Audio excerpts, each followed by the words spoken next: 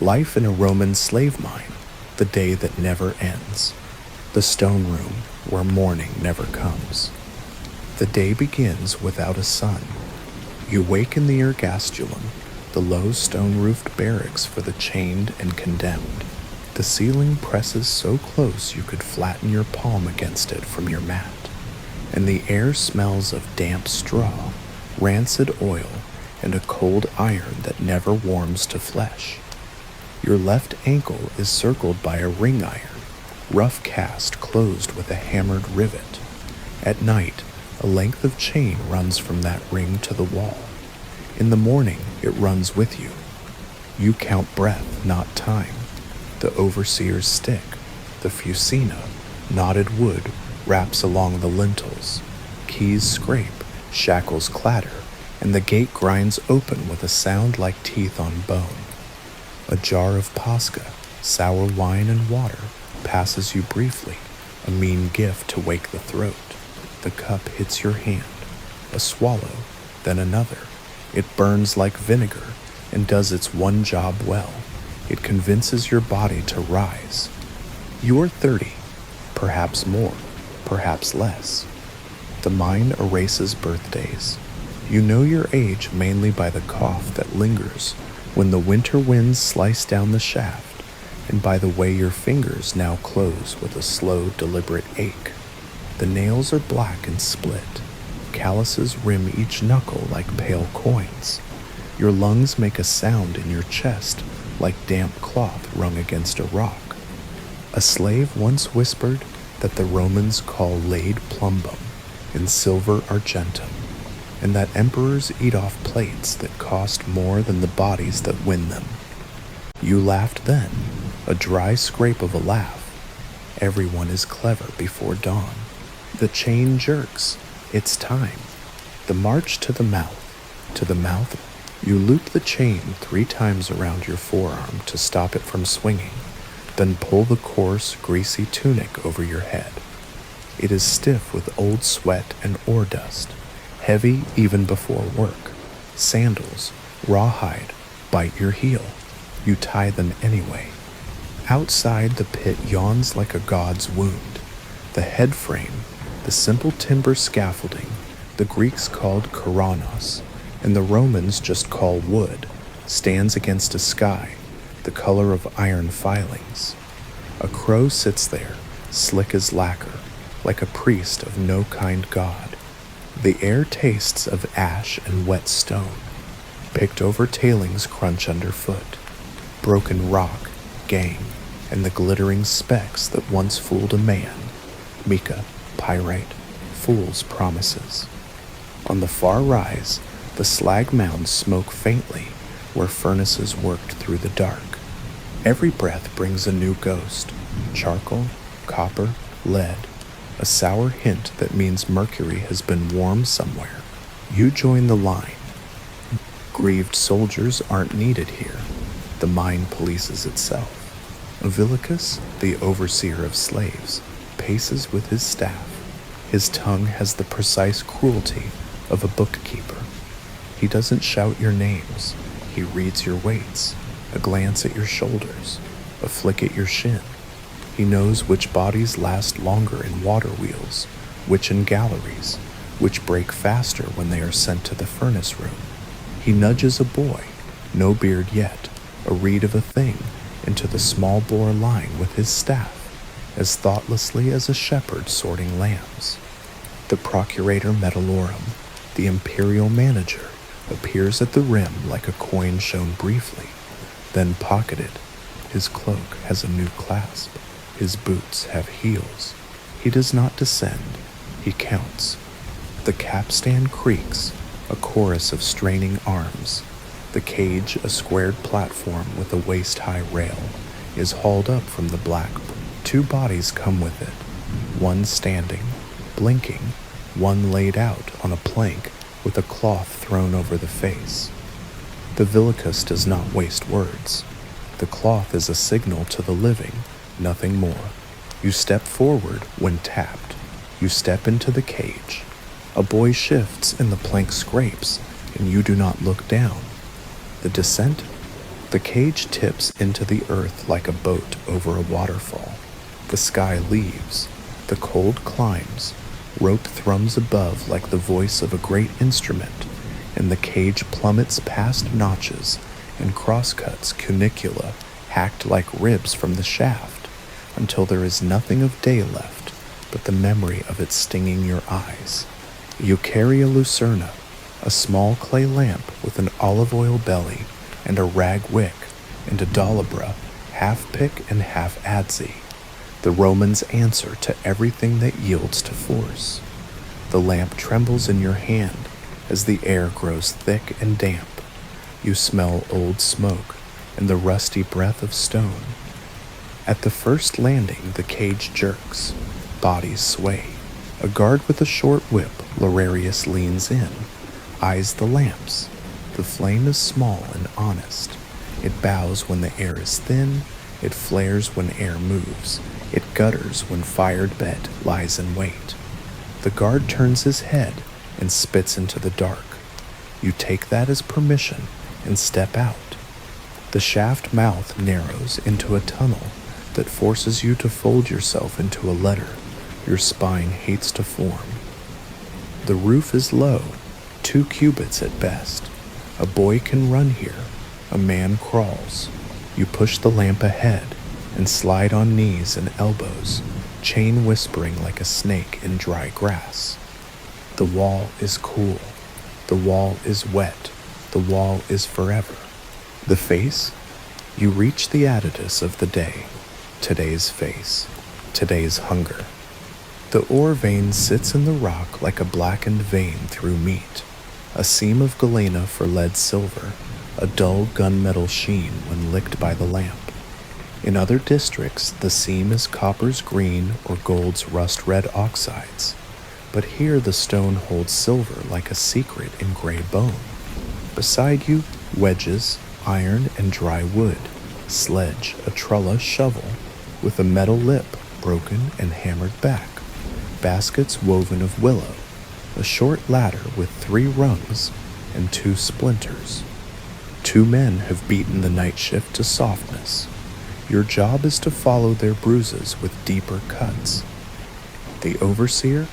This one has a voice like a jar of nails, squats and outlines a stope with his stick. Mark, mark, 2 fingers in, he says, tapping a chalked arc. Leave the rib. He doesn't say why. He doesn't need to. You've seen the pop of a stone rib that gives up its job. You've seen what it does to the chest under it. You set your lamp on a flat of rock and drive the first wedge. Iron meets stone with a note that buzzes the bones of your face. The second wedge goes in, then the third. You wet the wooden wedges, just a trickle, so they swell. The seam is stubborn, the seam is patient. You learn to be both, or you die. The lamp's flame leans left, a whisper of moving air. Good, not safe, never safe, only good. Pick, breathe, wedge, breathe, shove, breathe. The rhythm is a god. Worship or be punished. A boy, small enough to curl in a basket, waits at the rear to drag away whatever you free. His chain is shorter than yours, his eyes larger. He does not cough yet the way men cough. But his shoulders carry today what your shoulders will no longer carry tomorrow. You work with your forehead pressed to stone because the roof is jealous of your head. Sweat runs into your eyes and burns like salt on a cut. The taste in your mouth is metal and old oil, the oil they rub into the wood to keep the splinters tame. With a final groan, the slab between the third and fourth wedge cracks like bread crust and comes loose. It falls short, but not on fingers. You learned that lesson when you still had fingernails. Your partner levers it down with the gem of the shop, an iron bar with a beak, and you both lie back against the damp earth and let your arms shake. You do not say thanks. Words are expensive. Breath is gold. The children and the doors The boy advances.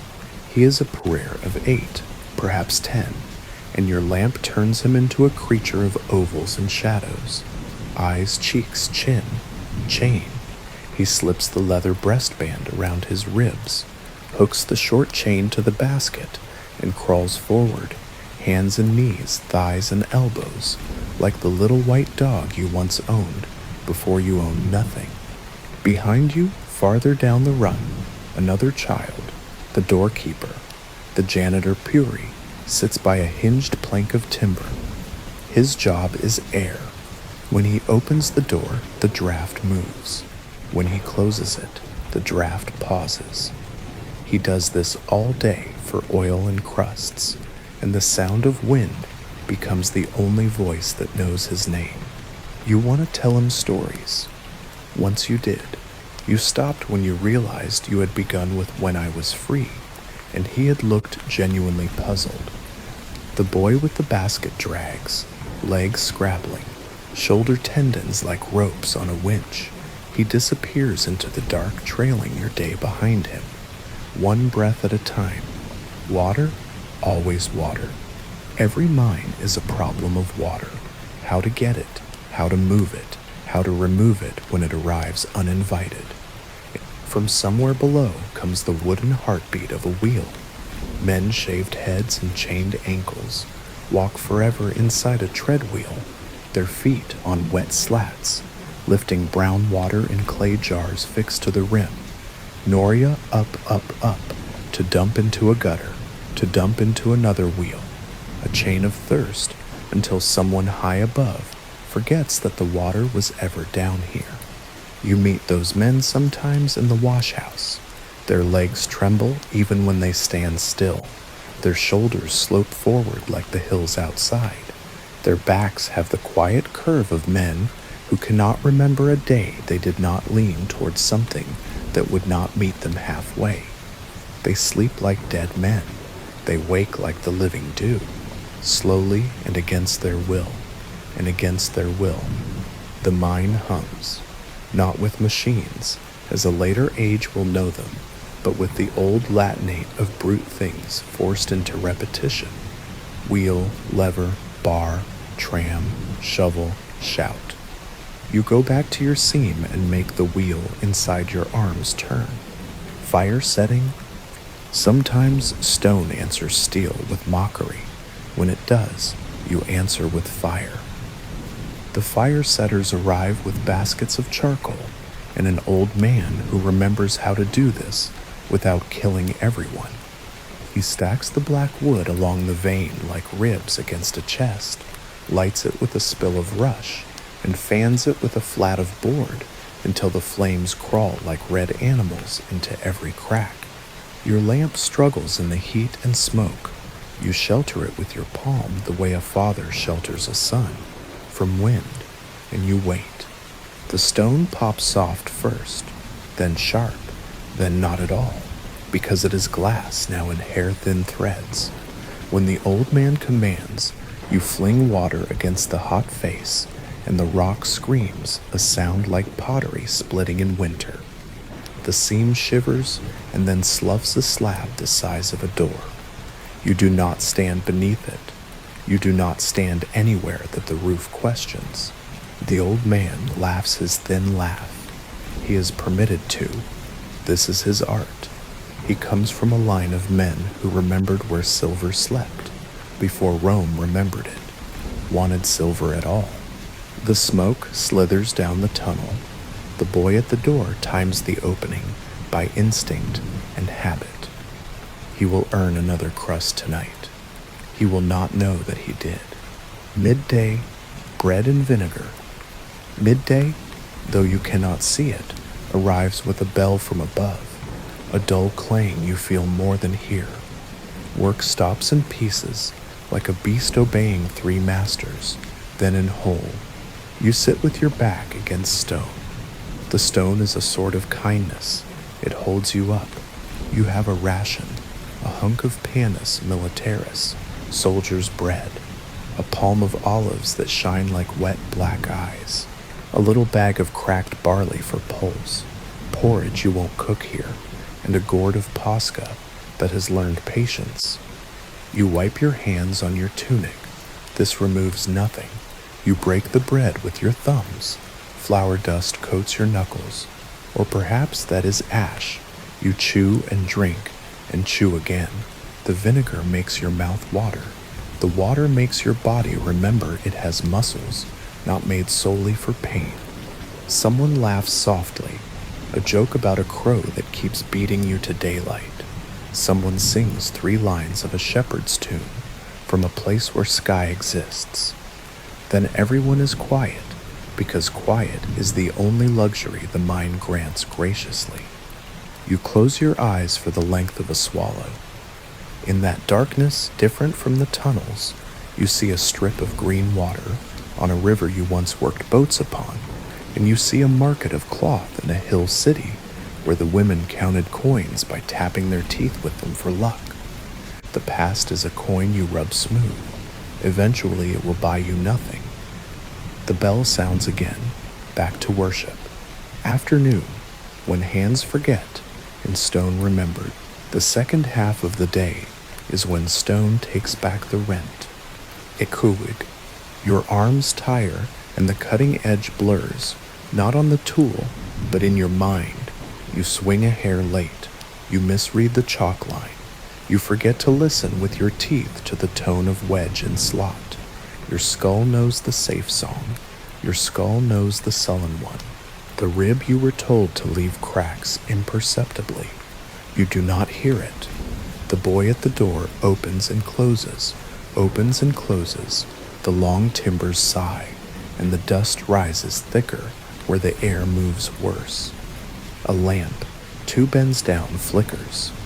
A man coughs once and then again, and then breathes in something that is neither air nor water, and chokes on nothing.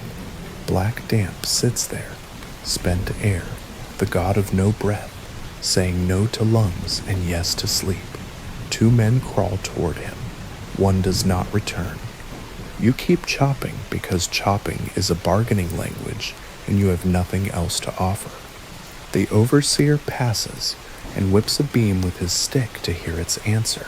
It says nothing useful. He scowls and moves on. You press your ear to the stone because you have learned the old trick. Sometimes you can hear water moving behind rock like a herd behind a curtain. You hear nothing. Good. Not safe. Never safe.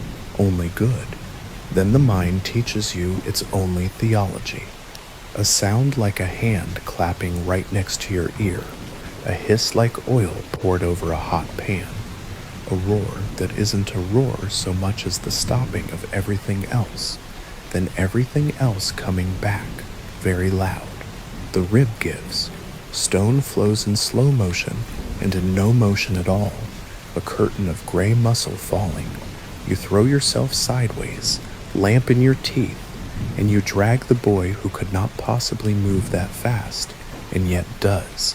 The slab hits where your shoulders were, and the air there compresses with a warmth that slaps your face. Dust erases the world. You do not know if you are alive. Then you do, because your mouth works, and your lungs scream, and you taste clay and lamp oil, and the far faint vinegar of the gourd you dropped. Someone is praying to a god with 2 names, who hears slaves and soldiers the same. Someone else is saying a woman's name, as if it were a tool that could lever stone. Silence at last. Then the work of undoing what the mind just did begins. Wedges into the fallen, bars under the edge, 3 men on a lever, a 4th and 5th heaving at the rope. You move like a man pulling the moon toward you with a string. The slab shifts a thumb. Someone cries out, joy and pain braided. The slab shifts another thumb. The lever slips, crushes a toe. The toe's owner swallows the shout like a swallowed bee. The slab comes up. A body is there. He looks asleep, except that no man asleep is so patient. You do not know his name, because names are a private luxury, and in any case, he handed it to the mind when he first set foot on the ladder. The overseer marks something on a tablet. The tablet will owe the empire 1 ton of ore, and 1 man, balanced out by force. The wheel keeps turning.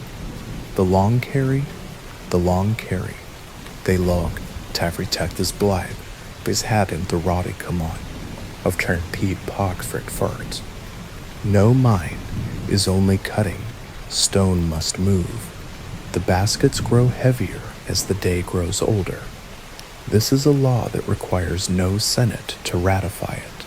2 men carry each now, leather strap across your foreheads, backs parallel to the ground, toes hunting purchase in mud. You move like animals built wrong, half horse, half crane. The tramway, 2 planks nailed to the ground along which small sledges run, has a kink where the ground settled. Every load sticks there, and swearing is the only grease. Someone suggests planing the plank. Someone else says the plank belongs to a citizen who will charge rent if you touch it. You all laugh, not because it is funny, but because your bodies would break if your mouths did not.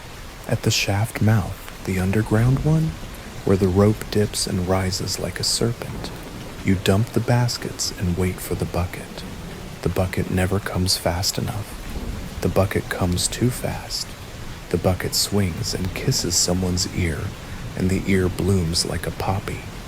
The man shakes his head and smiles like a fool, and everyone loves him for it, because to fail to smile would be to confess the sizes of the gods who run this place.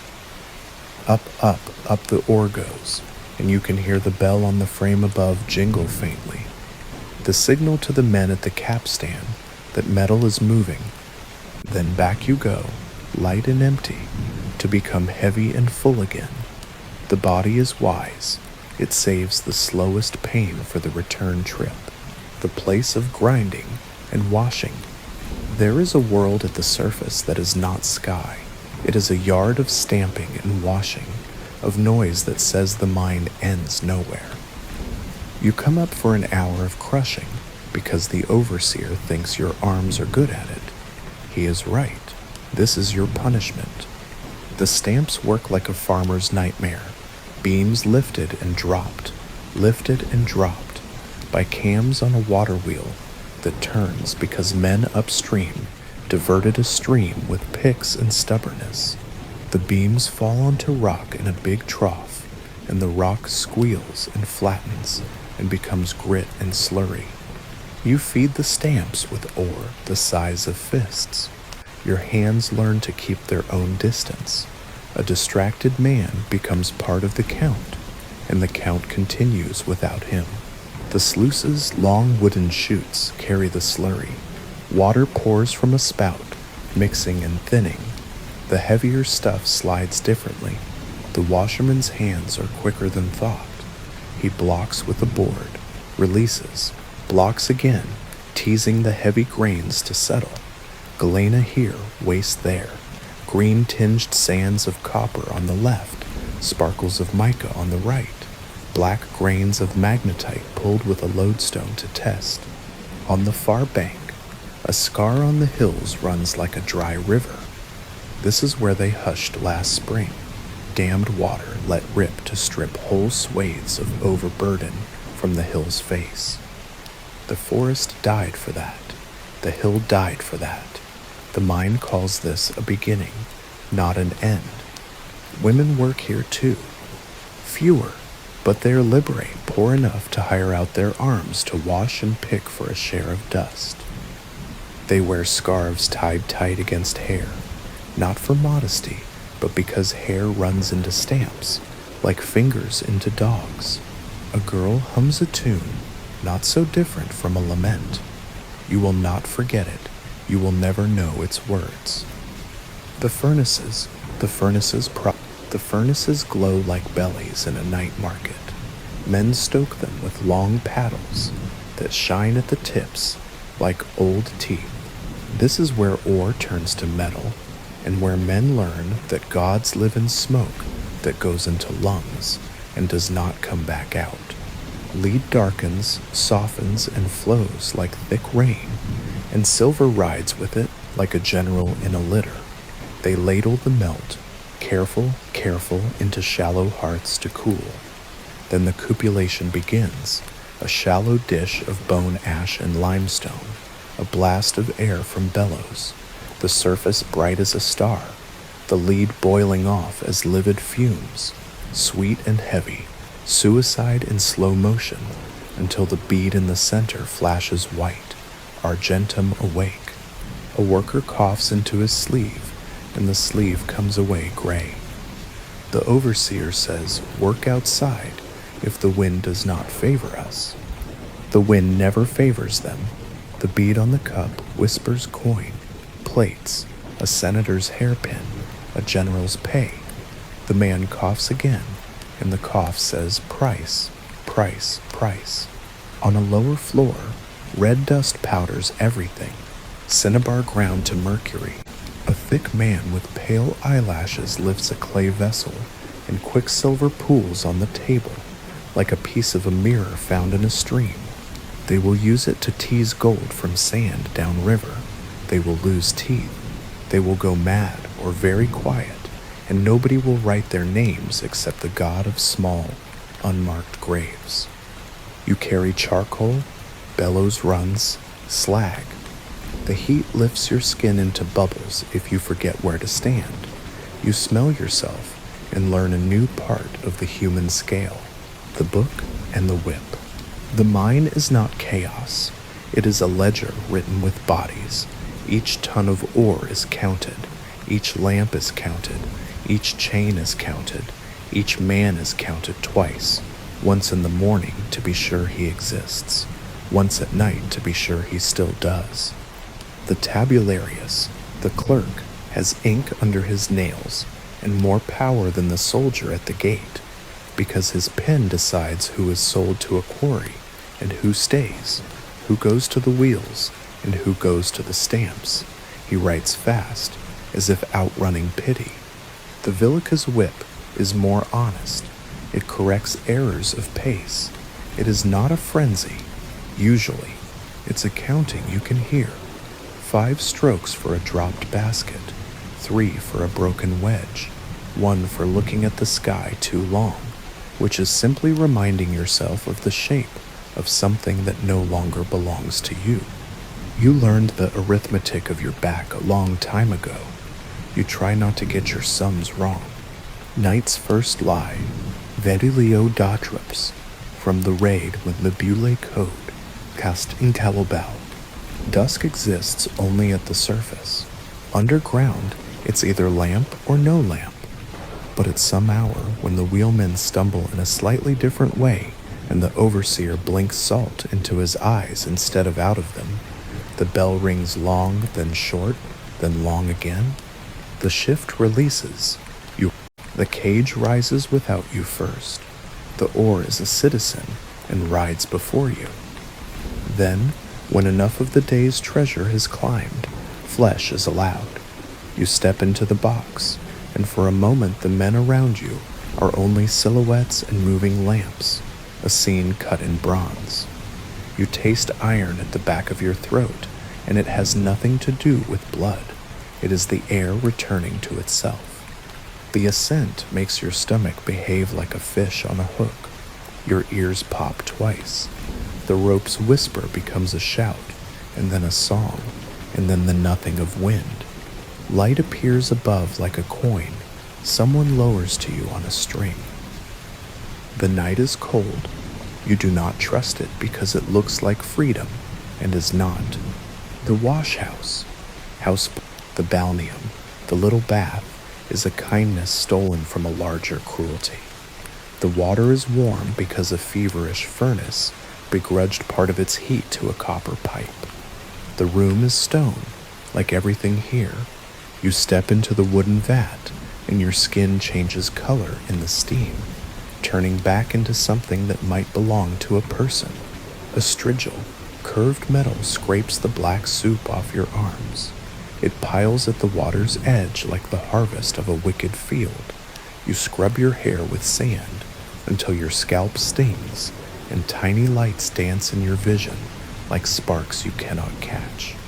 Your ankle ring chimes against the tub. The sound is almost pretty. You hate it. The overseer allows talk here. Careful music with no loud notes. Men trade fragments of selves, a recipe for barley cakes with fennel. You will never taste again. A way to tie a rope that saves your fingers. A 3-line prayer to a god who lived under a fig tree. The name of a woman who turned and looked once on a road, nothing more. A boy asks if the stars always look like they are about to fall. A man says yes. Sometimes they do, and sometimes they do not. You share your ration of oil with a friend. He shares his crust. You do not say friend, not out loud, because the mind loves to hear certain words, so it can break them in its mouth like brittle candy. Night's second lie. They herd you back to the ergastulum. The chain sighs on the threshold. A key remembers your ankle better than your mother remembered your lullaby. The room smells of smoke and grease and damp wool. You lie down on your straw, and your bones fit the hollow they made last night for themselves, an exact geometry of exhaustion. A man near the door whispers a story about a mine in the north, where the seam runs like a river for 100 paces, and the silver there is so thick you can peel it in sheets. Someone laughs into the straw. It sounds like someone pulling cloth to their chin. Your lungs ache, your arms ache, your back has learned a new letter and writes it in you, over and over, a bent thing, a bowed thing, a thing that agrees. You imagine a field somewhere, with nothing under it but roots. You imagine steps down to water that does not smell like coins. You imagine your body rising without a chain. You imagine sleeping without the pit's slow growl in your teeth. Sleep takes you like a tide. You do not fight. And the next morning, that is the same morning. That is the same morning. The stick, the keys, the scrape, the posca, the cough. Your body stands when asked because it has learned that this is the only way to still belong to it. You pull the tunic and bind the sandals. You coil the chain around your arm and tell yourself you are wrapping a rope for a boat, that a river waits at the mouth of a tunnel and not a cage. The headframe cuts the brightening sky. A crow remarks upon you. You nod once to it, man to priest. It gives you nothing back. You step into the cage. You win the little death. There are other days. A day when you work the ventilation shaft and your arms discover what a rope weighs when it wants to be heavier each minute that passes. A day at the wheels, steps slick, hands blistering, steady as a metronome of pain. A day downriver on the sluices, knee-deep in water that gnaws your skin raw, using a wicker basket to swirl out the heavy like a pastry cook, circles batter. Only your batter is the color of lead, and your pastry is death. A day in timbering, staring up into the black geometry of posts and caps and wedges, hearing the roof talk a language you do not speak, ticks, creaks, mutters, and answering with wood. There is a joy to this, a fear-flavored joy, saving a shape from collapse. The Romans will not make you a citizen for it, but for an hour you are king of angles and pressure. A day at the smelter, eyes watering, eyelashes gathering salt, making lake after mirrored lake flash white as the god of coins is born. A day at the hearth of Mercury, belly aching with a pain that feels like a swallowed pheasant, clawing to get out, teeth tingling like they are trying to sing. A day where the Larius forgets himself and lays on the stripe long after the work justifies it, and you learn a new red map of your skin. That night, 3 men pin him in a corner by the latrine and whisper to him the arithmetic of bones with their hands until he remembers that his stick can be used to point and not just to write. A day you are loaned to the quarry, to work the hard white stone. The sun surprises you, then burns you, then becomes a joke you make with your own mouth. What is this hot wind with light in it? Who asked for it? You spend the day blinking like a fish dragged out of a lake, and then wish for the tunnels cool, like a lover you despised the day before. A day you watch a man run. He takes 3 fast steps toward the scrub, and then turns into a story about how far a javelin can fly. You do not look where he fell. You look at your hands. They do not tremble. This frightens you enough to make you sleep that night with your cheek pressed to the chain, as if it were a thing you chose. A day the procurator visits with a man from Rome, who writes down the numbers of everything and calls you assets with a smile in his voice. He has small, careful hands, like a jeweler. You wonder how they would look with dirt under the nails. You will never know. A day a woman comes to the washing yard with a basket and a bold little chin and eyes like chipped slate. She buys a pinch of silver dust from a free washer for a charm. You watch her tie it into a leather pouch and hang it at her throat and think silver looks more beautiful there than in any emperor's cup. You think this and then you go back to work. A day when you dream you are a tree. You wake with your arms above your head and do not know why you are trying to grow. The litany of tools. You come to love the Dalibra because it does what you ask and rarely lies to you. You respect the wedges because they are little tricks, small, honest liars, cheating space open between stones. You loathe the strigil for what it reveals and are grateful to it for the same reason. You pity the lamp because it eats itself to serve you. You fear the rope because it remembers every time it has broken and still offers its back to you. You speak to the wheel in your head in the voice of a man coaxing a stubborn mule. The wheel answers by continuing, which is conversation enough. Prayers that are not prayers. There are words you do not say, but that pass between men like water. Dry roof. You say it while setting a timber, and it means, be careful, I have children in my head who need me. Good stone. You say it after the slab comes down where you told it to, and it means, I will sleep tonight without teeth in my heart. Long fire. You say it after a good burn that makes the rock sing before it screams, and it means, the old man hasn't forgotten everything yet. Straight water. You say it in the washing yard when the sluice's tricks are behaving, and it means the gods are bored with breaking us for today. And then there are the true prayers, mouthed into straw or rock or steam, addressed to names large and small. Jupiter for mercy, Nemesis for balance, Vulcan for safe fires, Neptune to keep the hidden river in its bed, Dispater to wait patiently, Fortuna to look once in your direction with her careless, devastating face. The cost written on bodies. The mine has a handwriting it writes across human backs and chests and wrists. The wheelman's calves that look like carved wood, and his knees that bend like joints cut into cheap dolls. The cutter's shoulders, 2 stones under a skin cloak, and the washer's hands, the skin peeled and peeled again, every finger a map of small red deltas where water ends and flesh begins. The smelter's teeth, the gray at the gum line, a smile like grave dust. The mercury man's tremor, small at first, then a tide.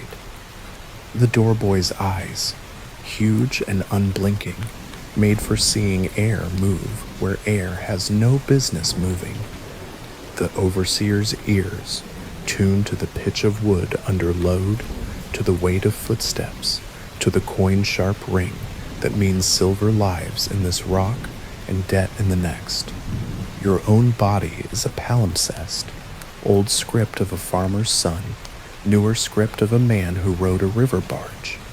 Fresh lines now of a cutter, a carrier, a washer, a burner, a wheel toiler, a beast of estate that measures wealth in scars it does not wear. The story of how you arrived, told briefly, because the mind hates novels. And you stole nothing, you struck no citizen, you did not run from a battle. You owed a man who owed a man who owed a tax. The tax did not vanish when the second man died, and so the first man found himself short, and so found you, because you are his cousin, and you once said yes too easily when he asked you to sign a paper you could not read. You came in chains to a place where men in clean tunics asked how many stone you could carry, not how many mistakes you had made. They decided what you were worth by doing subtraction on your shoulders. The procurator's seal on the paper was crisp that day. It is still crisp. Paper ages differently than men. The one kindness the mind does not know, it teaches you to count time by breaths, not by hours. It teaches you to measure the world by weight, not by price.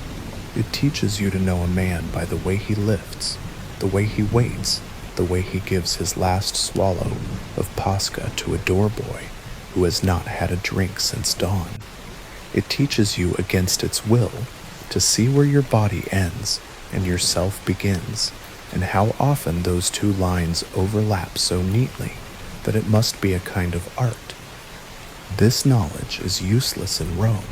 It is priceless here.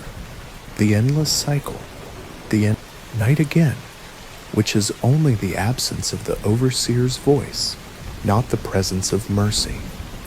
The stick, the keys, the scrape, the Pascha, the cough. Tomorrow, the fire setters will need you. Tomorrow, the wheel will. Tomorrow, the sluice. Tomorrow, the furnaces. Tomorrow, the ledger. You will wake to the same stone room where morning never comes. You will march past the same crow, or its brother. You will descend the same shaft that smells of old rain, and iron rings and lamp smoke. You will swing the same tool, and it will sing the same hard song. A boy will drag your baskets, a man will measure your weight, a cup will flash white, and the silver bead will gleam like a god's eye that never blinks. You will sleep, you will wake, you will sleep. The mind will remain awake, humming like a hive, a nation unto itself that mints emperors' faces out of your ribs, and the wheels will turn. The question you do not ask, but that hangs in the air like dust. Would you have survived a day in a Roman slave mine? Not a week, not a year, a single day. The day would not kill you dramatically. It would not drop a roof on your noble head or boil you in fumes for the thrill of a chorus. It would invite you into a tunnel, seat you beside a little lamp that burns its own body to give you an hour's sight, hand you a tool, and ask for the simple miracle of enduring. It would fill your lungs with dust that your grandchildren would somehow cough, though they never knew you. It would take your spine and teach it the letter that means submission until that letter was carved into each vertebra. It would measure you in ton weight and lamp wicks, in steps climbed and baskets dragged, and declare you a number that could be replaced by another number tomorrow. It would not kill you quickly. It would use you. It would make coins of your breath and feed them to a city that never learned to pronounce your name. And so, you close your eyes. The head frame cuts the stars. The crow is a dot on a night with no mercy. The wheel mutters. The lamp gutters. The chain kisses stone. The mind waits as minds wait, without hope, without malice, without end. Would you have survived? Probably not. But the mind would.